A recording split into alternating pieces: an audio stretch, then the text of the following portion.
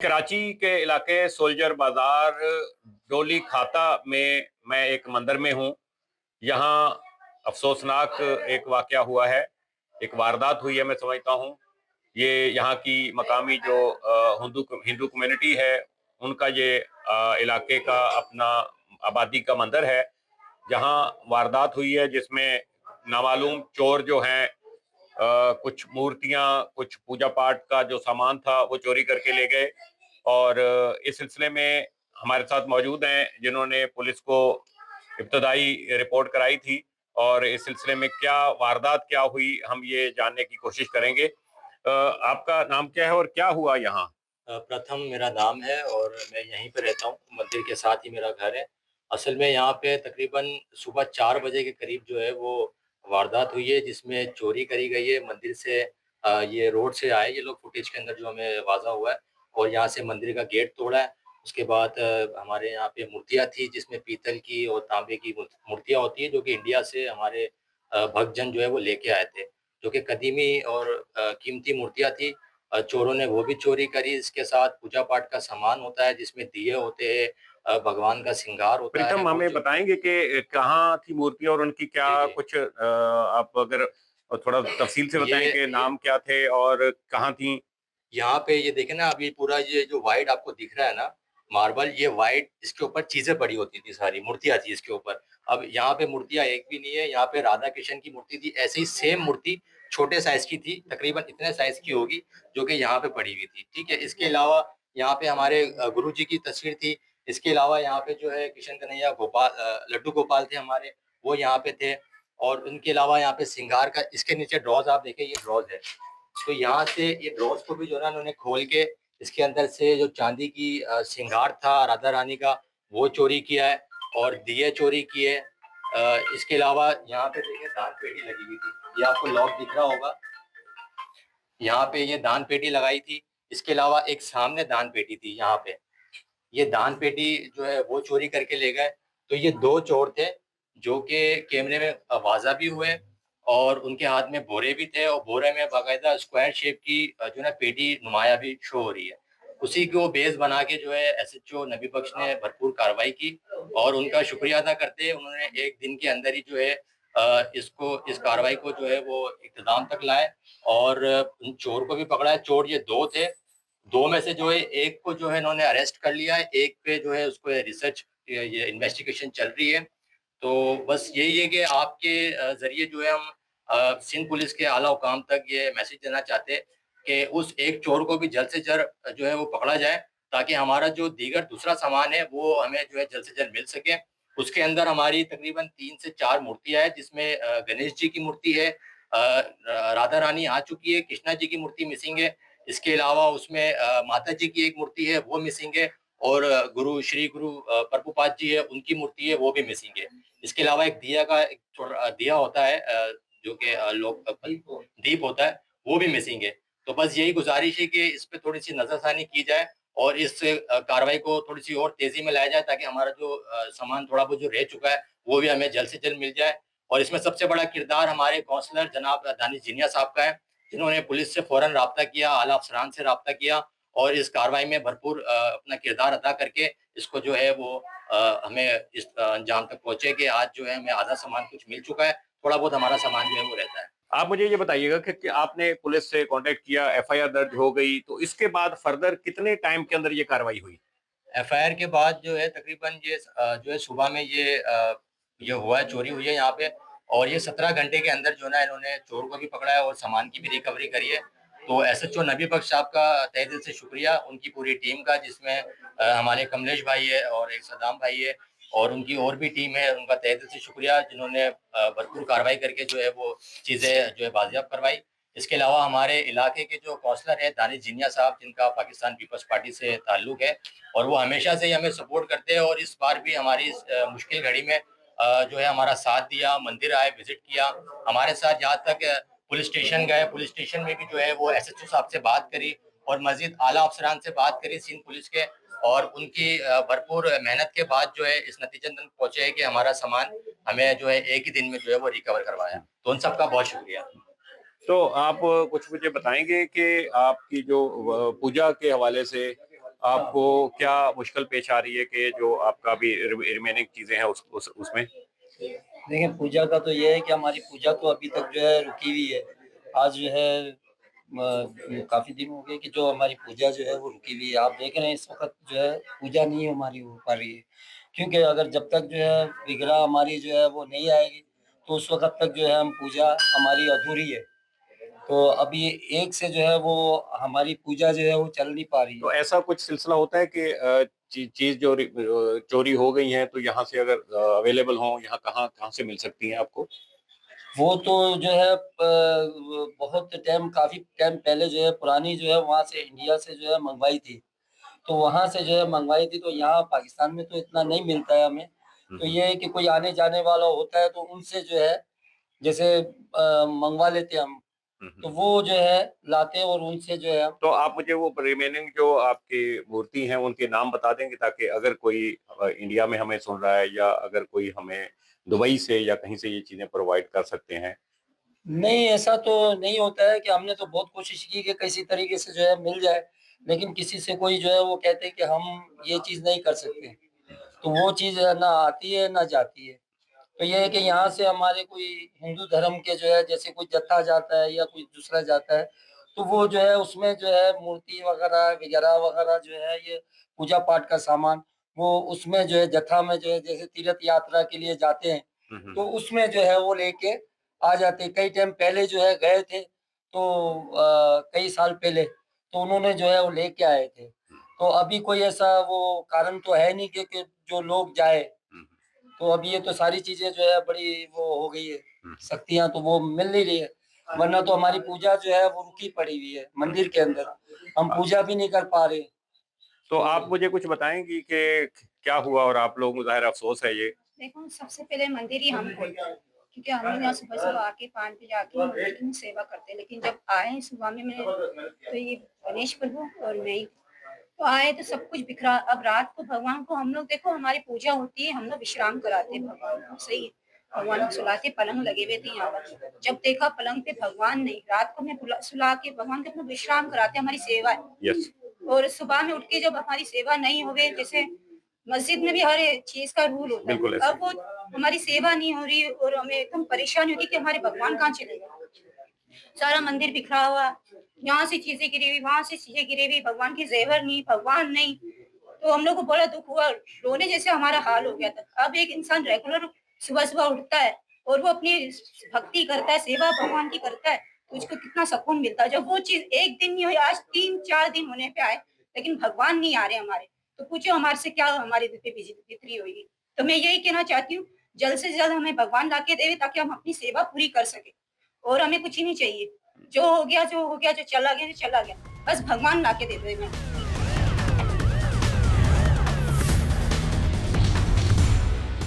जी, नबी बख्श police ने इस वारदात में मुलव्वस एक मुल्ज़िम को गिरफ्तार कर लिया है, जिसके कब्जे से जो चोरीशुदा सामान था, जो चीजें थी, वो बरामद की गई हैं। तो हम इस मुल्ज़िम से जानते हैं, ये आपने क्या किया इस सिलसिले में जो वारदात हुई है? क्या बता दूं? जो मेरे साथ हुआ मैं क्या बता दूं? बता दे चले क्या हुआ? मैं भाई क्या बता दूं? मेरे को बताना नहीं चाहो। एक अल्लाह को मानो, एक ये बात हो गया। फिर दोबारा देर मारो के बात करो, मैं अपने बच्चों वाला बनता हूँ, मैं अच्छा, गलत काम नहीं किया आपका हुआ है। कहना है कि वारदात आपने नहीं की। नहीं किया मैंने। बात तो सुनो, आपने मेरे को क्या लेके किया? अच्छा, आप कहाँ गए थे फिर? मैं प्लाट में बैठा हूँ, बंदा आया बोलता जब मेरे से बोरा उठाओ। मैं गया, बोरा उठाया, 2 दाना मूर्ति मेरे को दिया। सही है भाई, तो तस्बीह दिया, 2 मूर्ति दिया। मैंने लाया प्लाट में रख दिया, मैं अपने कागज पे लगा रहा, मैं अपने कागज चांटी मारता रहा, पुलिस आ गया। सही है, कम से कम 5 बजे में पुलिस आ गई सुबह से। तो भाई मैंने चांटी मारा तो पुलिस वाला आ गया, गाड़ी खड़ा होगी, मैं नहीं भागा। पुलिस वाला जब आ गया बोलते मूर्तियां कहाँ है, मेरे को पकड़। मैंने बोला भाई से मेरे को दिया, ऊपर लेके गए, इधर आता कि ये मेरे को दिया, ये सब इधर पड़ा हुआ है। मैंने अब जाया नहीं कि ना बेचा होगा किसी को, सब इधर पड़ा हुआ है। तो इसमें मेरा गुनाह ये लोग भाई कोई नहीं था, हम मेरे को पकड़ा। बंदा जिसने दिए थे आपको बोरे उठाने का हुआ, हाँ, कौन होगा? वो जड़ है, मैं क्या पता? जड़ था। मैं पुलिस वाला को कहाँ मिलेगा? वो सदर में रहता है, पहले सेवल में रहता था। वो सिर्फ 2 भाई खाली चोरिया करता है। नहीं, मैं आपसे जो पूछने जा रहा हूँ, हाँ। आपने कहा कि आपने ये वारदात नहीं की की है। अल्लाह की कसम, हम मैं सिर्फ ये पूछते हैं, कसम नहीं करता हूँ, आप लेकिन तुम बोले एक मस्जिद भी आके वजू करके हाथ रखता है, मैंने ये इसमें गुनाह नहीं है। फिर ये बोरा उठाने पे मैं मानता हूँ कि मैं गुनाहगार हूँ इसमें से। नहीं तो आप उसके साथ गया, आप कैमरों में आया? रास्ते का कमरा है ना, ये हमारा सब जब आया बोले तुम कमरे में, मैंने बोला सही है भाई, मैं इसके साथ गया, खाली पूरा उठाया, ये 2 मूर्ति मेरे को दिया, ये 2 मूर्ति दिया, यही पड़ा हुआ इधर, मैंने ना बेचा हुआ है ना किसी को दिखाया हुआ है। तो रात को 4 बजे बंदा घर से उठा के लेके जा रहा है, आपको वारदात पे बिठा रहा है, वहां आप बैठे वहां इंतजार बोरिस ने भरा हुआ था चीजों से, पता नहीं क्या किया, जिसने भरा हुआ था मेरे को 2 दाना खाली मूर्तियां दिया हुआ है, ताला किसने तो तस्वीर तेला में नहीं तोड़ा है, उसने तोड़ा? उसने तोड़ा हुआ है।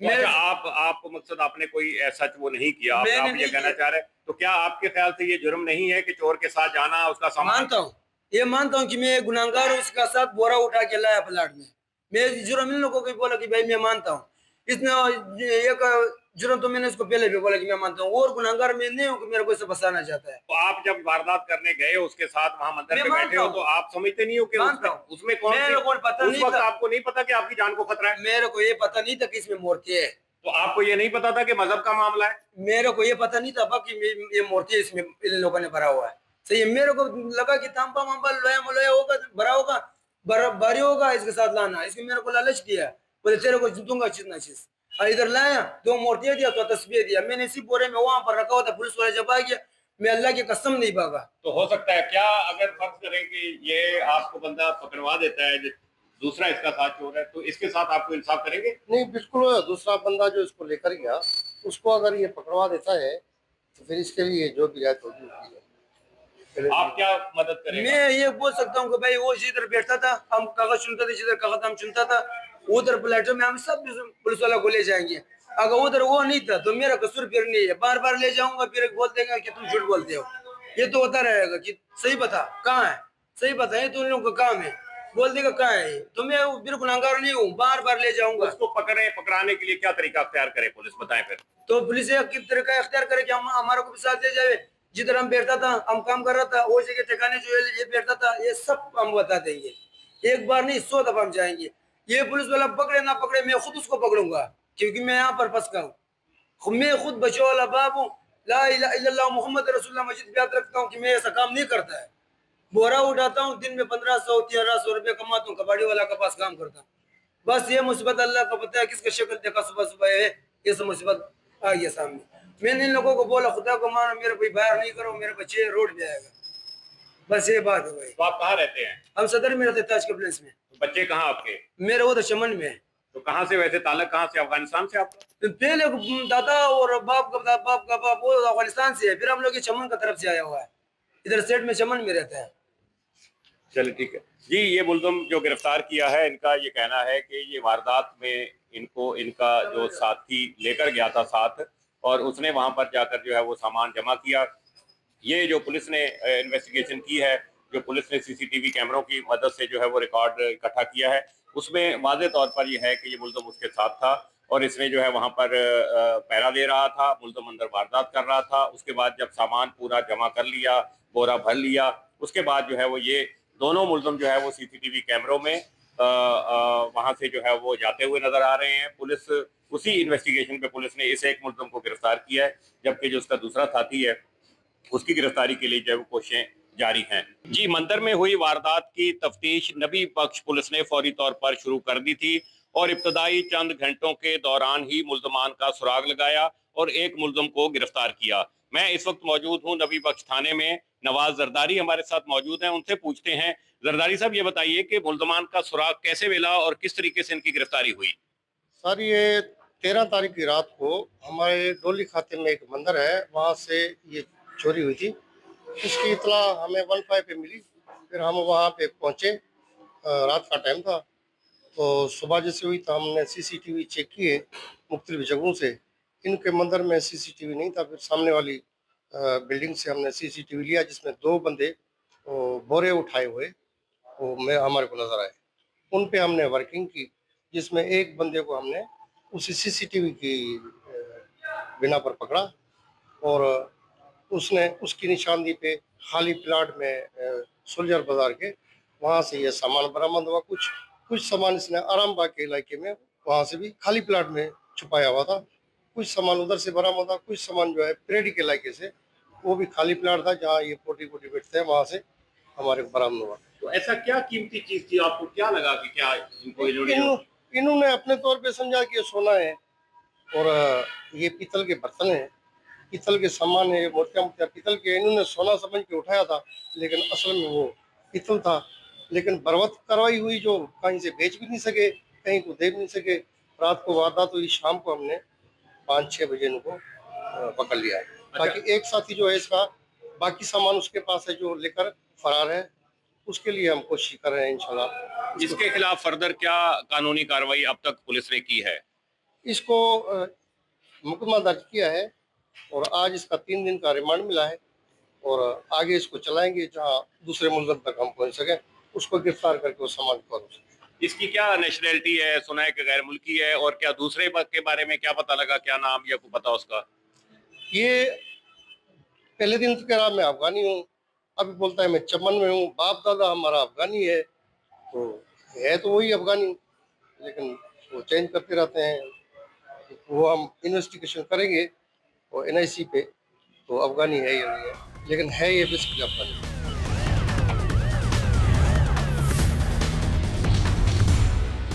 जी, SSP सिटी आरिफ अजीज से मेरी बात हुई है। उन्होंने कहा है कि मंदिर से चोरी की गई दीगर चीज़ें, बाकी सामान या बकाया मूर्ति जो है उसकी बरामदगी के लिए पुलिस भरपूर कोशिशें कर रही है।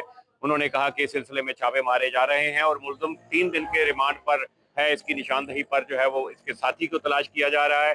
ताहम जो है उन्होंने कहा है कि पुलिस जो है वो बहुत जल्द जो है वो जो हिंदू कम्युनिटी का जो बकाया मामला है उसको हल के लिए जो है वो पूरी कोशिश करेगी। राजनपुर से मैं हूं इलियास रजा। राजनपुर के कच्चे के इलाके में डाकू के खिलाफ इस टाइम रहीम यार खान सिंध पुलिस और राजनपुर पुलिस का मुश्तरका डाकू के खिलाफ ऑपरेशन जारी है। पुलिस की जानिब से डाकू के ठिकानों पर ड्रोन के जरिए शेलिंग की जा रही है, जिससे कई डाकू जख्मी हो चुके हैं और कई डाकू इसमें गिरफ्तार भी किए जा चुके हैं और कुछ डाकू ने पुलिस के सामने सरेंडर किया है। जो डाकू ने सरेंडर किया है वो डाकू इस टाइम पुलिस की हिरासत में है और पुलिस के मुताबिक उनको कानून के मुताबिक सजा दी जाएगी। और इस टाइम ये जो कच्चे में जो ऑपरेशन है, ये डाकू के मुकम्मल खात्मे तक ये ऑपरेशन पुलिस के मुताबिक ये जारी रहेगा। इस टाइम कितने डाकू ने सरेंडर किया है और कितने डाकू इस टाइम इस ऑपरेशन में हलाक हुए हैं और कितने डाकुओं के खिलाफ मजीद ये ऑपरेशन किया जा रहा है, हम जाकर DPO राजनपुर मोहम्मद इमरान के से इसके बारे में पूछते हैं। जी, राजनपुर कच्चे के इलाके में इस टाइम कच्चा कराची और कच्चा उमरानी में पुलिस का डाकुओं के खिलाफ ऑपरेशन जारी है। पुलिस ड्रोन के जरिए डाकू के ठिकानों पर शेलिंग कर रही है, जिसकी वजह से डाकू के ठिकाने भी तबाह हो चुके हैं और इस टाइम शदीद फायरिंग का तबादला भी जारी है। मेरे साथ इस टाइम DPO राजनपुर मोहम्मद इमरान साहब भी मौजूद हैं, तो मैं सर से बात करूँगा। सर, ये बताएं कि क्या ऑपरेशन की सूरत हाल है और ये किन के खिलाफ ये ऑपरेशन जारी है? बिस्मिल्लाहिर्रहमानिर्रहीम। ये गवर्नमेंट ऑफ पंजाब की तरफ से पीसफुल पंजाब इनिशिएटिव के तहत जो हमने इस दिसंबर में ये ऑपरेशन किया था कच्चा कराची में, जिसमें हेड मनी वाले नटोरियस डिकॉइट्स लाला सिखानी और छल्लू बकरानी, जिनके सर की कीमत 50-50 लाख गवर्नमेंट ऑफ पंजाब ने डिक्लेयर कर रखी है, वो मारे गए थे। इनके अलावा जो इंदड़ गैंग है, सिखानी गैंग है कच्चा कराची में, उनके जो हाइड आउट्स भी तबाह हुए थे। उसी सिलसिले में ये ऑपरेशन जारी है, जिसमें हमारा गवर्नमेंट ऑफ पंजाब का एक मोटिव है कि जो भी जराइम की दुनिया को हैराबाद कह के एक पीसफुल शहरी की तरह हमारे पास आएगा, हम उसे वेलकम करेंगे और वो अपने केसेस को फॉलो करेंगे, अदालत में अपने केसेस को फॉलो करेंगे। इस सिलसिले में ये 11 के करीब हमारे पास जो डिकॉइट्स थे, जिनका एक रिकॉर्ड है, क्रिमिनल रिकॉर्ड है और कच्चा में ये थे, उन्होंने कहा कि हम सरेंडर कर रहे हैं। तो आज ये आपके सामने है। तो इंशाल्लाह हमारा ये सिलसिला जारी रहेगा, ऑपरेशन जारी रहेगा। मेरी सिर्फ एक ही पैगाम है जो डिकॉइट्स हैं कच्चा में, उनके लिए कि वो राजनपुर का एरिया छोड़ दें। वो या तो सरेंडर करें या फिर हम उनके ऊपर आएंगे, ऑपरेशन करेंगे, या वो हलाक होंगे। सिर्फ 2 ही ऑप्शन है, या वो सरेंडर करें या वो हलाक हों, या फिर राजनपुर का एरिया पंजाब में वो नहीं रह सकते, वो इधर से कहीं और चले जाएं। सर, पहली दफ़ा देख रहे हैं कि इस ऑपरेशन में सिंध पुलिस और पंजाब पुलिस ये मुश्तरका ऑपरेशन कर रही है, तो इसमें अभी कितने गैंग इस टाइम कच्चे के इलाके में मौजूद हैं और इनके खिलाफ मजीद क्या हिकमत अमली की जा रही है? कच्चा जो राजनपुर है, जिसे हम पंजाब का कच्चा भी कहते हैं, इसमें मेन है कच्चा कराची। उसमें 2 गैंग थे, इंदड़ गैंग, तनवीर इंदड़ और काबल सिखानी गैंग। देन हम थोड़ा ऊपर की बात करते हैं तो फिर आ जाता है कच्चा जमाल, उसमें डाडो बगयानी और उसका एक गैंग है पूरा। वकारी उमरानी वाले उसके साथ हैं। देन हम कच्चा उमरानी की बात करते हैं तो एक बड़ा नोटोरियस डिकॉइट हैं पट उमरानी, वो उधर बैठे हुए हैं, उसके 15-20 लोग हैं। इसके अलावा कच्चा कुपरा है चक बेले शाह वाला, जिसमें हमने एंट्री भी अभी रिसेंटली की थी। उधर लुंड गैंग बैठा हुआ है, शायद लुंड वाला, और इन पे हम ऑपरेशन कर रहे हैं। हम we are on it. Sir, ये ऑपरेशन 1 माह से मुसलसल जारी है, तो इसमें अब तक कितने डाकू हलाक हो चुके हैं और कितने डाकू जख्मी हो चुके हैं, और अब तक कितनी गिरफ्तारियां अमल में लाई गई है? इसमें मतअद्दद इनकी जो सेफ हेवन्स हैं, हाइड आउट्स हैं, वो तबाह हुए हैं। और जैसे मैंने शुरू में बताया कि लाला सिखानी, हज़ारा उर्फ लाला सिखानी, छल्लू बकरानी, ये छोटू गैंग के पार्टनर्स थे, उसके साथी रहे हैं, ये मारे गए हैं। इनके अलावा तकरीबन 27 के करीब डाकू जो थे वो ज़ख्मी हुए थे। 8 डाकू और जो इनके साथी थे वो कच्चा कराची पे मारे गए हैं। ये ऑपरेशन जारी है और ये ऑपरेशन जारी रहेगा। हम जो रुझान को पीसफुल एरिया बनाना चाहते हैं कि वो नो गो एरिया ना रहे। सर, ये ऑपरेशन के दौरान कोई पुलिस के कोई जानी नुकसान तो नहीं हुआ? नहीं, अल्हम्दुलिल्लाह इस ऑपरेशन में पुलिस का कोई जानी नुकसान नहीं हुआ। पुलिस की हम टॉप प्रायोरिटी पे हैं, पहले अपनी हिफाजत है फिर ऑपरेशन। ताई मतलूब जो डाकू हैं गैंग उमरानी गैंग से इनका ताल्लुक है, इन्होंने पुलिस को सरेंडर कर दिया है और इनका ये असले समेत इन्होंने सरेंडर किया है। और ये इस टाइम कत्ल अगवा डकैती के दर्जन मुकदमात में पुलिस को मतलूब थे। मेरे साथ इस टाइम डाकू भी मौजूद है, मैं इससे बात करता हूँ। इस मकसद के लिए आप यहाँ पेश? हमने 11 साथियों ने हथियार डाल दिए हैं कि सरेंडर होना चाहते हैं, हमारे साथ इंसाफ हो जाए। हम अपने बच्चे भी पढ़ाते हैं और अमन भी चाहते हैं, हमारे साथ इंसाफ हो जाए।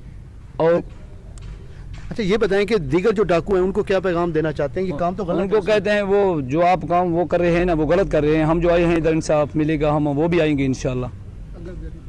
तो आप बताएं कि क्या मतलब सिलसिला है कि अगवा का सिलसिला था, कत्ल का सिलसिला वहाँ पे था, खौफ थी, तो आप क्या अमन के हवाले से आप क्या थी? बिल्कुल बहुत खौफ था। हमने जो ये किया DPO साहब का बहुत मेहरबानी। हम यही पैगाम देते हैं जो पीछे डाकू हैं या हमारा नोगो एरिया है हमारा इलाका, हम यही उनको पैगाम देते हैं कि वो भी सरेंडर कर दें, ये जो है ना फिर हमारे इलाके में अमन आएगा। जी, इस टाइम सिंध पंजाब पुलिस का मुश्तरका कच्चे में ऑपरेशन जारी है और से पंजाब पुलिस की तरफ से DPO मोहम्मद इमरान की तरफ से पैगाम दिया जा रहा है कच्चे के डाकू को कि वो सरेंडर कर दें। अगर उन्होंने सरेंडर न किया तो वो हलाक हो जाएंगे। पुलिस की तरफ से नफली इस टाइम कच्चे में मौजूद है और डाकू को घेरे में लिया हुआ है और इस टाइम वक्फे फायरिंग का सिलसिला भी जारी है। क्योंकि कच्चे का जमाल के इलाके में मौजूद हो जहाँ पर पुलिस का इस टाइम डाकू के खिलाफ ऑपरेशन जारी है। ये वो इलाका है जो 9 साल पहले यहाँ पर पुलिस ने ऑपरेशन किया था, जिसमें 6 पुलिस एहलकार शहीद और 22 पुलिस एहलकार अगवा हो गए थे। और आज 9 साल बाद ये पुलिस इस इलाके में दाखिल हो चुकी है और डाकू के खिलाफ इस टाइम शदीद फायरिंग का तबादला जारी है। ये उमरानी गैंग है और इसके साथ 3 बड़े गैंग है और इनके कुछ 40 से करीब इंतहाई खतरनाक डाकू यहाँ पर मौजूद है। और डाकू अपने ठिकानों से शदीद यहाँ पर पुलिस की पर फायरिंग कर रहे हैं और पुलिस की इस टाइम बख्तरबंद गाड़ियाँ और पुलिस की भारी नफरी अपनी पेशकदमी के लिए आगे बढ़ती जा रही है। कच्चे में डाकू के खिलाफ पुलिस का ऑपरेशन भी जारी है। पुलिस ने 1 माह के दौरान डाकू के से 15 मगवे को बाजियाब कराया है और कई डाकू के सहूलतकारों को भी गिरफ्तार किया। मेरे साथ इस टाइम यहाँ के SHO बंगला इच्छा जो कच्चे के इलाकों को मुकम्मल तौर पर कंट्रोल कर रहे हैं, वो मेरे साथ मौजूद है, मैं इनसे बात करता हूँ। ये बताएं सर, कच्चे का इलाका कितना बड़ा है और यहाँ पर किस तरह ये आप पेट्रोलिंग पुलिस की तरफ से की जाती है यहाँ पर? जी अस्सलाम वालेकुम। ये जो कच्चे का इलाका है ये हमारा राजनपुर का इलाका कम से कम भी ये 50 किलोमीटर प्लस लेंथ में और कहीं पे 14 किलोमीटर है, कहीं पे 20 किलोमीटर है। ये इसकी विड्थ है। मुख्तलिफ जजीरे हैं जिनमें मुख्तलिफ गैंग्स हैं। जो ये जजीरे जो हैं पानी की वजह से वो प्रोटेक्टेड हो जाते हैं, लेकिन इन्होंने इस साल जो अगवा किए थे बंदे, एक लहर आई थी कमाद की वजह से और पानी की वजह से थोड़ा सा डिस्टर्ब हुआ था एरिया, फिर हमने उसको अच्छी तरह रिट्रीव किया है, उसको कंट्रोल किया है बहुत अच्छी तरह से। अल्हम्दुलिल्लाह जितने भी मगवी अगवा हुए उनको बाजियाब कराया गया है। CM पंजाब साहिबा का भी यहाँ पे बहुत फोकस है। जनाब DPO साहब राजनपुर की ज़ेर क़यादत बहुत अच्छे ऑपरेशन हुए हैं, यहाँ पे टारगेटेड ऑपरेशन भी हुए हैं और किसी को हमने 1 रुपया नहीं भरने दिया। किसी को अगवा बड़े तावान के लिए तावान की रकम 1 रुपया नहीं दी गई। टारगेटेड ऑपरेशन किए गए, मगवी बाजियाब कराए गए। अल्हम्दुलिल्लाह बहुत अच्छा रिट्रीव हुआ है और इंशाल्लाह हम कोशिश कर रहे हैं बहुत जल्द हम कच्चे को क्लियर करेंगे। कच्चे तक अब हमारी रसाई हो जाएगी। पानी डाउन हो रहा है, बहुत अच्छे इंशाअल्लाह ताला हालात आने वाले हैं और सारा हम क्लियर करेंगे। ये डाकू के जो सहूलतकार होते हैं इनके खिलाफ क्या कार्रवाई की जाती है, क्योंकि डाकू तो अंदर बैठे तो उनके सहूलतकार इनको राशन वगैरह चीज़ें पहुँचाते हैं, उनके लिए जी सहूलतकार ये हैं कि कुछ इनके रिलेटिव्स भी होते हैं, कुछ दीगर लोग होते हैं, क्रिमिनल माइंड लोग कुछ होते हैं, इनमें फिर उनको हम टेक्निकली ट्रेस करके जो हमें जो मदद मिलती है टेक्निकली हम उनको ट्रेस भी करते हैं, हमें पता लगता है लोकल एरिया से भी, उनको हम अरेस्ट भी करते हैं। अब काफ़ी सारे हमने सहूलतकार चालान भी किए हैं। इसी तरह ये सिलसिला भी जारी है और अनकरीब इनका हम सफाया करेंगे। जी इस वक्त मैं मौजूद हूँ सरगोदा के कस्बा धरेमा की हबीब कॉलोनी में। यहाँ पर 2 हफ्ते कबल इंतहाई दिलखराश कत्ल की वारदात हुई। कत्ल की वारदात क्या हुई? 38 साला ईमानुल्लाह नामी शख्स को अगवा करने के बाद उसके जिस्म के आज़ा काट कर बोरी में बंद करके मुख्तलिफ मकामात पर दफन कर दिए गए। 38 साला ईमानुल्लाह की दोनों टांगें काटी गईं, सर काट दिया गया, आंखें निकाल ली गईं और इंतहाई बेदर्दी के साथ उसे मुख्तलिफ मकामात पर बोरी में बंद करके लाशें फेंक दी गई, मुख्तलिफ मकामात पर दफन कर दिया गया। इस सारी सूरत हाल का पस मंज़र क्या रहा? इस सारी सूरत हाल में पुलिस की क्या करदगी रही? कत्ल क्यों किया गया? इस सारे हवाले से हम मुतल्लिका पुलिस एहलकारों से भी आज बात करेंगे और इस कत्ल की वारदात को भी ट्रेस करेंगे। आइए इस हवाले से चलते हैं मुतल्लिका पुलिस वालों के पास, मुकदमा के मुद्दई के पास, मुकदमा का मुद्दई इस हवाले से क्या कहता है और कत्ल की वारदात हुई क्यों है।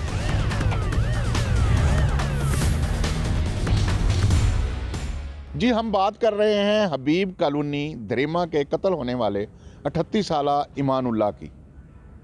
ईमानुल्लाह के भाई ग़ुलाम मुस्तफ़ा जो हैं वो इस वक्त हमारे साथ मौजूद हैं, जो इस मुकदमे की पैरवी भी कर रहे हैं। उनसे पूछेंगे कि इंतहाई बेदर्दी से उनके भाई को क्यों कत्ल कर दिया गया और असल मुहर्रकात क्या थे, पुलिस ने मुलज़म को गिरफ़्तार करने के लिए किस हद तक एफ़र्ट्स की और अब उनकी हुकूमत से क्या मुतालबा है। ग़ुलाम मुस्तफ़ा साहब क्या कहेंगे अपने भाई के कत्ल के हवाले से आप? मैं ये कहूँगा कि जी कि हमारी दरख्वास्त है हुकूमत पाकिस्तान से कि वो इसको गोली मार दे। हमारी कोई दुश्मनी नहीं, कोई काम नहीं, किसी के साथ कोई लगत नहीं है। बेगुनाह मेरे भाई ने कत्ल कर दे, टुकड़े टुकड़े कर दे, गला काट छोड़ा, लत्ता काट छोड़िया, एक काट छोड़ी। मेरी तो यही गुजारिश है इसको फायर मारा जाए।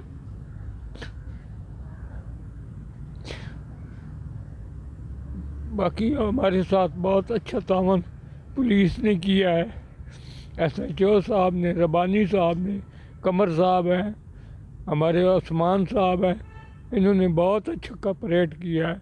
रबानी साहब और कमर साहब मेरे साथ 3 दिन चलते रहे हैं तलाश में। आपके ही ख़ानदान का, आपकी फैमिली का बंदा है वो? जी हमारी फैमिली का है जी, कोई लगत नहीं थी, कोई कख नहीं थी यार, कोई दुश्मनी होती फिर भी है। और इतना शातिर था कि वो साथ तलाश भी करता रहा है, वो कब्र में भी गया है, जनाजे में भी गया है, कब्र में उसने खुद उतारा है, क्योंकि हमारा किसी के पास शक नहीं था, ना हमारे ये इल्म में था कि ये काम करेगा। आपका भाई शादीशुदा था? कितने बच्चे थे? जी 2 बच्चे हैं मेरे भाई के जी। अच्छा, छोटे छोटे। इसमें फायर मारा जाए सर जी, हमारी गुजारिश है मरियम नवाज से कि इसको फायर मराया जाए। बुजुर्गों कानूनी तकाजे पूरे होंगे ना तो हम तो मुतालबा कर सकते हैं फांसी देने का, यकीनन बहुत बड़ा ऑप्शन मौजूद है, लेकिन यकीनन पुलिस कहती है सज़ा मिलेगी उसको। तो इस हवाले से आपका भाई कैसा था आप लोगों के साथ, फैमिली के साथ, उस हवाले से क्या कहेंगे? बहुत अच्छा था जी, 12 साल हो गए उसको वहाँ पे गए हुए ससुर के पास, वहाँ पे उसने अपनी जगह ली है, वहाँ पे ही उसने अपने मकान डाले हुए हैं। 12 सालों में एक दिन भी वो दिहाड़ी करता था, मजदूरी करता था, एक दिन भी वो हमारे पास एक रात को भी नहीं आकर रहा है। अपने बच्चों में जाता था, पैदल यहाँ से पैदल जाता था, ये भी नहीं कि भाई की मोटरसाइकिलें आए उनसे ले लूँ। अगर घर में आया भी है तो उसने खड़े खड़े चाय पी है जी, चला गया है। बड़ी मिन्नत करते रहते से बह यार 2 मिनट 4 मिनट बह, कहना नहीं घर जाना बस। जी हम बात कर रहे हैं हबीब कॉलोनी धरेमा के कत्ल होने वाले 38 साला ईमानुल्लाह की, और हम इस वक्त मौजूद हैं सरगोदा के थाना झालचक्कियाँ में, और थाना झालचक्कियाँ के SHO जो हैं वो ज़ीशान साहब हमारे साथ मौजूद हैं। उनसे इस सारे कत्ल के हवाले से पुलिस ने किस तरह मुलज़म को ट्रेस किया, कत्ल की वारदात का कैसे पता चला। बज़ाहिर ये एक ब्लाइंड मर्डर था और मुमकिन नहीं था कि इसमें कातिल का जल्दी से जल्दी पुलिस ट्रेस कर लेती।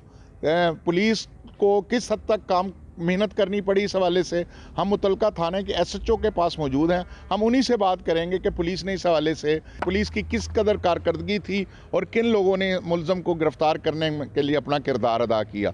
जी अस्सलाम वालेकुम। जी वालेकुम सलाम जी। जी बड़ा जी जी। अच्छा सर, मैं पूछना ही चाहूँगा कि आपके थाने के हदूद में एक अफसोसनाक वाक़या पेश आया था। तो ईमानुल्लाह नाम का एक 38 साला शख्स कत्ल कर दिया गया था।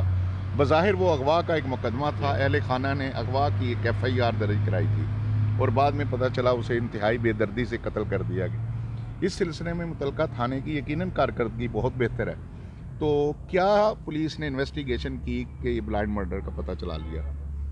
जी बिल्कुल, ये 29 तारीख को हमें इंफॉर्मेशन देते हैं, हमारे पास आते हैं जो मुदई है, जो भाई है मकतूल का, कि हमारा जो भाई है वो 3 दिन से लापता है, मिल नहीं रहा। ये पहले अपने तौर पे तलाश करते रहे हैं, इनकी हमने पूरी FIR के अंदराज किया, इनके साथ हमने उसकी तलाश शुरू कर दी। तो हालात कुछ इस तरह थे कि ये मज़दूरी करता था अमानुल्लाह। ये जब मज़दूरी करके ये किन्नू बाग की दौड़ाई करके वापस आया तो घर नहीं पहुंचा। जब ये घर नहीं पहुंचा तो इनको परेशानी हुई, ये अपने तौर पे तलाश करते रहे। जब रिपोर्ट होता है केस तो हम इसको टेक्निकली और ह्यूमन इंटेलिजेंस के तौर पे खुद भी इस पर सर्च स्टार्ट कर देते हैं इलाके में, लेकिन अनफॉर्चुनेटली वेरी नेक्स्ट डे उसकी डेड बॉडी मिल जाती है। इनके अपने गांव से एक बाग के नीचे से, दरख्त के नीचे से डेड बॉडी मिलती है। तो बड़े अंदोनाक तरीके से, बड़ी बेदर्दी से उसको कत्ल किया गया था। जिसकी दोनों टांगें थी वो काटी गई थी और सर जो था वो भी तकरीबन दंद से जुदा था। तो एक बोरी बंद दाट था उसके अंदर, और बाकी उसकी जो लेग्स थी वो सेपरेट थी। तो बड़ा वो एक इलाके की पूरे के लिए बड़ा वो एक खौफनाक था और बड़ा चैलेंजिंग था हमारे लिए। तो उसमें हमारे सीनियर्स की, RPO साहब, DPO साहब की बड़ी सेक्शंस थी कि इसको हमने जो है ना फौरी और जल्द अज जल्द जो है इसको हमने ट्रेस करना है। तो फिर DSP साहब भी हमारे साथ है, पुलिस स्टेशन में ही आगे सारा हमारी टीम एक बन गई। हमने CVs में अपने पुलिस ऑफिशल्स को इनके गांव में भेजा, उनको एंगेज किया कि वहाँ से कोई इंसाइट हमें न्यूज़ मिल सके। टेक्निकली हमारी जो टेक्निकल टीम है उसने सारा डाटा कलेक्शन और इनकी सारा उसको हमने चेक किया। तो अल्हम्दुलिल्लाह बहुत ही कम अरसे में 2-3 दिन के अंदर ही हमें जो है हम पता चल गया कि इसमें कातिल कौन है। तो उसको हमने जी फिर अरेस्ट किया। उसने फिर हमें आला कत्ल भी बरामद करा दी है। मकतूल का मोबाइल और उसकी 2 चीज़ें थी वो उसने फिर उनका एतराफ़ भी किया। तो इंतहाई शफाक तरीके से कत्ल की वारदात मुलज़म ने क्यों की? इसका पस मंज़र बैकग्राउंड क्या है? कोई ख़ानदानी दुश्मनी है, कोई ऑनर किलिंग है या और कोई वजह? जी कोई ख़ानदानी दुश्मनी नहीं है, बस ये तालीम की कमी और जज्बात, ये 2 महरक़ात हैं। बेसिकली ये दोनों ही जो हैं एक ही गांव के रहने वाले हैं और एक ही बरादरी से हैं। इन दोनों की आपस में शपकलिश साबका पाई जाती है। इन दोनों की आपस में काइंड ऑफ सर्द जंग जारी थी इनकी, कि एक दूसरे पे इल्ज़ाम तलाशी करते थे अपनी फैमिलीज़ के हवाले से, कोई इनके रिलेशनशिप के हवाले से।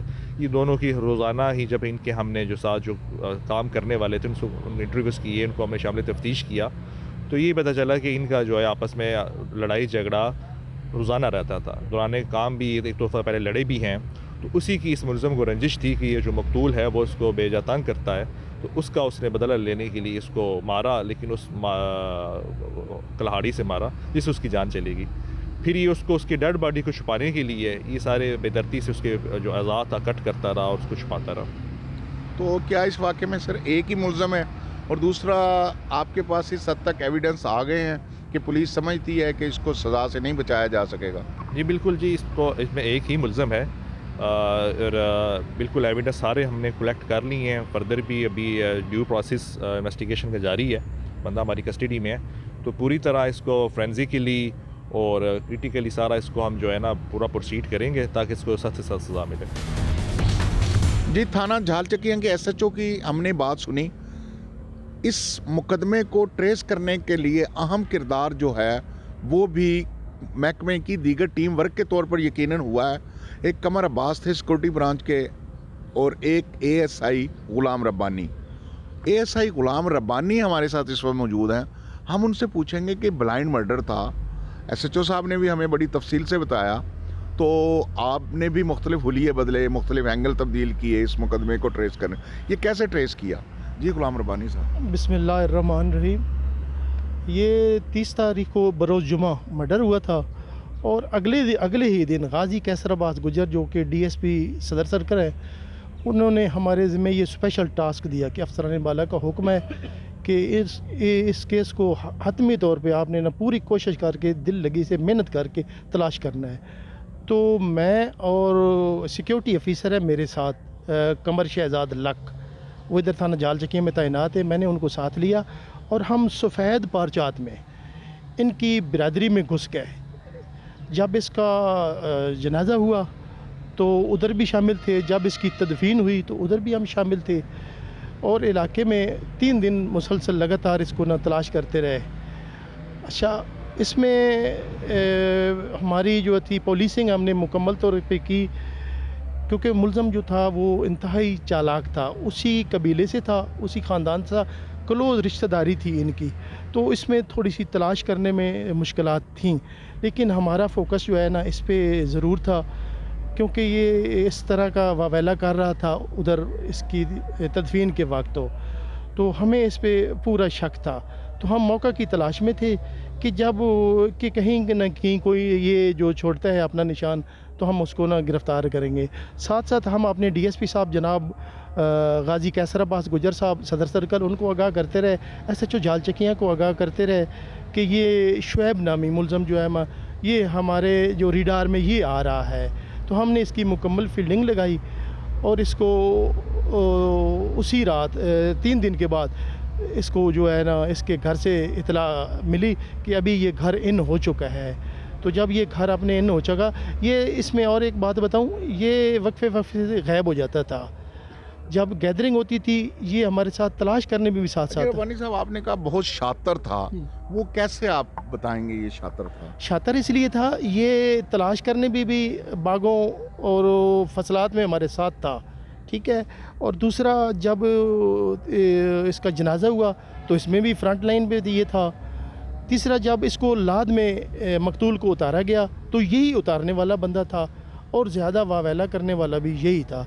तो हमें इससे शक गुजरा कि इसको कुछ ज़्यादा ही है इसका एहसास, तो हमने इसलिए इसके पीछे जो है ना वो मुकम्मल फील्डिंग लगाई और इसको गिरफ़्तार किया। जी, संगीन नौयत के वाक़यात में मुकामी थाना ज़िले पुलिस के साथ साथ बाज़ औक़ात स्पेशल असाइनमेंट मिल जाती है जो खुफिया इदारों के हमारे अहलकार होते हैं। झालचकियाँ सरगोदा के इलाके में भी ऐसा ही ब्लाइंड मर्डर था जिसमें मुतलका थाने की पुलिस ने भी अपना किरदार अदा किया। इसके लिए सिक्योरिटी ब्रांच का भी जो है वो स्पेशल ड्यूटी लगाई गई और इस मुकदमे को ट्रेस करने के लिए कमर शहजाद साहब जो सिक्योरिटी ब्रांच के अहलकार थे, उन्होंने भी अपना किरदार अदा किया, अपना भेस बदल के मुख्तलिफ मकामात पर मुल्ज़म को गिरफ़्तार करने के लिए इक़दाम करते रहे। वो हमारे साथ इस वक्त मौजूद हैं, कमर शहजाद। उन्हीं से हम बात कर लेते हैं कि मुल्ज़म को गिरफ़्तार करने के लिए किस कदर स्ट्रगल करना पड़ी। जी, बिस्मिल्लाहिर्रहमानिर्रहीम। जब ये मर्डर हुआ तो RPO साहब और DPO साहब सरगोदा की तरफ से अहकामात थे और DSP साहब सदर सर्कल गाजी कैसर अब्बास गुजर साहब, SHO साहब थाना झालचकियाँ और इंचार्ज सिक्योरिटी साहब की तरफ से ये हिदायत जारी की गई कि इसको जो है वो खुफिया तरीके से इस अंधे कत्ल को ट्रेस करने में जो है वो मदद की जाए और इस पे काम किया जाए। तो हमने अपनी जो बाकी टीम थी उसके साथ मिल के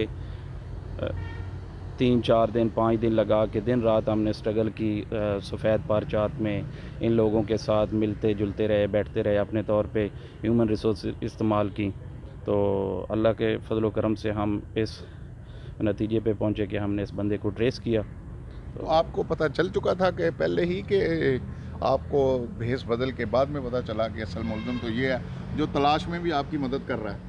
जी, जब हम उस एरिया में घूम फिर रहे थे, लोगों के साथ हमारा अट्रैक्शन हो रहा था, बैठ रहे थे, तो ये हमारे उस दरमियान में ही फिर रहा था। तो लेकिन हम आइडेंटिफाई कर रहे थे कि असल में जो मकतूल है उसका किसी के साथ कोई मसला है या प्रॉब्लम है। तो उसी दौरान हमें इस बंदे पे शक हुआ, तो हमने इसको जो है वो गिरफ़्तार किया। जी, कस्बा धरेमा में कत्ल होने वाले 38 साला ईमानुल्लाह के कातिल को पुलिस ने बिलाखिर गिरफ्तार कर लिया। इंतहाई शफ़ाक कातिल ने जहां पर 38 साला ईमानुल्लाह के जिस्म के आज़ा काटे, उसकी गर्दन काटी, आंख निकाली और उसे बेदर्दी से कत्ल करके बोरी में बंद करके लाशें दफन कर दी थी। पुलिस ने मुलज़म को गिरफ़्तार किया तो पता चला कि मकतूल ने मुलज़म की बीवी के हवाले से को नाज़ेबा अल्फाज इस्तेमाल किए थे और महज इस मामूली सी बात पर उसने इंतहाई बेदर्दी से उसे कत्ल कर दिया। मुकदमा के जो मुद्दई हैं, जो मकतूल के भाई हैं, उनका मुतालबा बार बार यही है कि मुलज़म को गोली मार दी जाए। ताहम कानून नाफज करने वाले इदारे, पुलिस और दीगर लीगल ब्रांच का कहना है कि इस कदर मुकदमा मजबूत बनाया जाएगा कि गिरफ़्तार मुलज़म अदालत से सज़ा से नहीं बच सकेगा।